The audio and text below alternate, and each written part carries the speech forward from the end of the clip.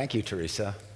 I am absolutely not a librarian, but as a longtime technology executive and entrepreneur, I'm here to share my vision for the future of digital libraries.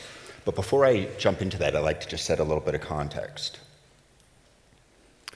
Income inequality has become perhaps the defining issue of our time. There are 45 to 50 million people in the United States alone stuck in poverty, and there are tens of millions more stuck in income stagnation. It's tough to climb over that wall into economic opportunity. And a big reason that it's tough is that people lack digital literacy. They lack the basic digital skills necessary for employment in today's information age. So there's a parallel digital divide, if you will. Now, most people, when they think about the digital divide, think about things like internet access or perhaps devices to get on the internet. But there's a third very important component, which is access to information. Information costs money, and I believe that libraries play an absolutely critical role in filling that void between the economic and digital worlds. Okay, I'd like to just do a quick audience survey if I could. By a show of hands, how many people think that libraries are important to our society? Now I realize, of course, this isn't a scientific survey, it's a somewhat biased audience. I mean, I doubt a lot of people are going to go to a TEDx conference and be like, oh, I think libraries are stupid. The good news is that Pew Research did the work for us. And what they found was that 95% of people in our society think libraries are important. To me, that's just astounding, because frankly, I'm not sure 95% of our society agrees on much of anything these days. Okay, so here's a quick follow-up question, and be honest this time. How many people have used your library's digital resources in the last 6 months? Okay. The American Library Association did a study, and they found that 52%, over half of people, said they weren't using their library as much as they used to. So there's a huge gap, between the number of people that think libraries are important and the number of people who are actually using them. Why is that? There are a lot of explanations, of course. I have a very simple theory. Libraries have competition. There's lots of competitors. These are what I refer to as the big three. These companies are not evil. They've just been obsessively focused on providing an amazing user experience. They've done what I call the 3 E's. They've made products that are easy, elegant, and engaging. And they've done an awesome job.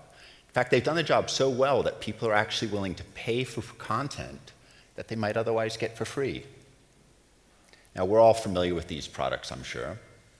Let me take a minute and walk you through the library's digital experience. This is the Charleston County Public Library's website. Now, I'm not here to pick on the Charleston County Public Library. Well, maybe just a little bit.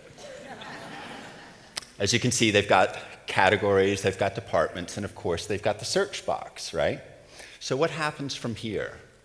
Well, from here, you are launched out to dozens and dozens of different websites, all managed by third-party organizations, all with completely different user experiences, and you often have to log in again or set up a new account. It's very complicated. So this experience is essentially, it's Google, but just not as good. There was one category on here that held a lot of promise for libraries, and that was in the upper left-hand corner there, ebooks. I struggled with how to demonstrate the ebook lending experience to you guys, and then I read this really great article recently where the author simply described his experience in checking out a single ebook. The title of the article was called "Welcome to Crazy Town." As a software person, when I look at this, all I can think of is, it just makes me absolutely crazy. I mean, could they make this any more complicated?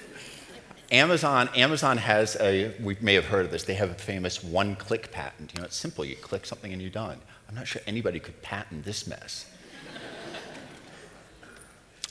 Now, here's the other secret about this. There's a reason that they did this.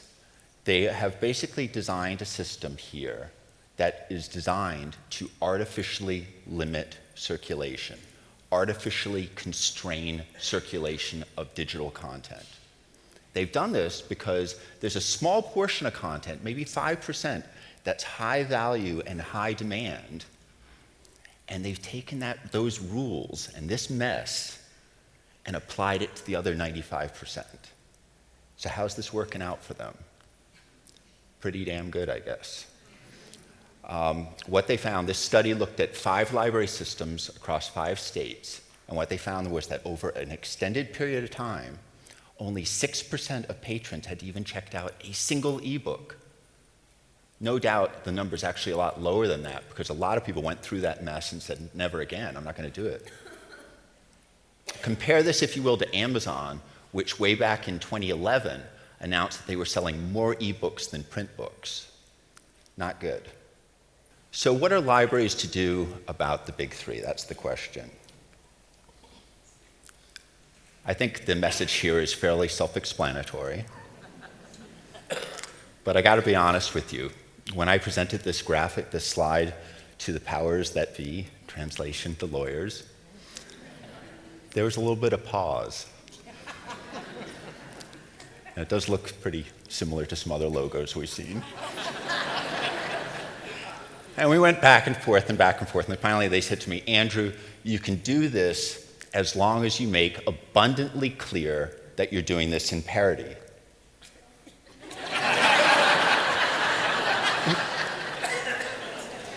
Thank you, and the lawyers, thank you, I'm sure. So I have 5 suggestions on things that libraries need to do to get back in the game. The first thing is mobile. Mobile usage now has surpassed desktop usage, and 86% of mobile usage is via apps. Mobile and apps are simply the new minimum bar that libraries need, so they need to embrace that platform. The second thing is the libraries need to embrace the 3 E's that I talked about earlier, that the big 3 are focused on. They need to provide products that are less clunky, more simple, more intuitive, beautiful to look at, and products that keep you there and keep you coming back. The third thing is content. It's tough for libraries to compete on the bestsellers.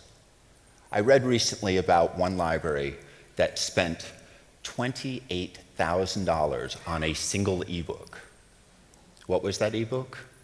50 Shades of Grey. Now, we can all debate the literary merit of this particular book. I've actually heard it's quite saucy. But I just don't think this is a particularly good use of resources. But there are tons of green fields out there, content that you don't find everywhere else. There are independent authors. There are small and medium-sized publishers across a huge range of genres. There are books on job training and digital skills. And of course, the libraries have their own special collections and archives that they need to leverage. The fourth point is curation. Now, most people, when they hear the word curation, tend to think of museums or art galleries. As it turns out, librarians are actually really good at building collections and then putting those collections into context. If I'm searching for, say, Mark Twain, anybody can take me to Huckleberry Finn. The librarian, though, could take you to the complete multimedia Mark Twain experience. Wouldn't that be pretty cool? And then lastly, physical presence. This is the one thing that libraries have that the big 3 don't. They need to leverage it.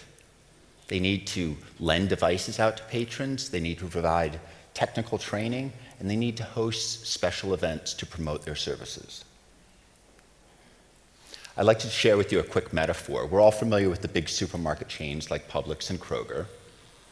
They have a huge selection, typically 60,000 items on their shelves. But the experience, meh. I mean, it's not that great. It's actually kind of sterile. Well, along came a competitor called Whole Foods. They actually have a much smaller selection, much smaller, 1/3 of the size, but that selection is curated and tailored to the community, and it's presented in a warm and engaging environment.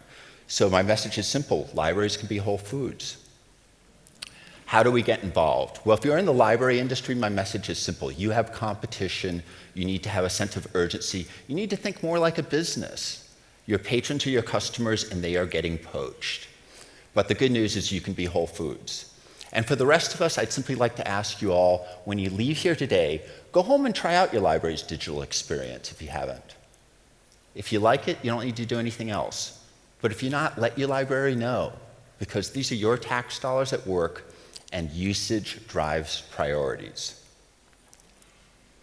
So in conclusion, let me just say that libraries alone, of course, can't solve income inequality. However, they do provide a really critical bridge between the economic and digital worlds. They help people acquire digital literacy and digital training, and they help to prepare them for the economic world so that they can acquire job skills and rise up out of poverty and earn a living wage. But to do so, they need to provide products that are intuitive and engaging. They need to stay relevant. And if these are products that we all value, then they will continue to be here for those who need them the most. Thank you.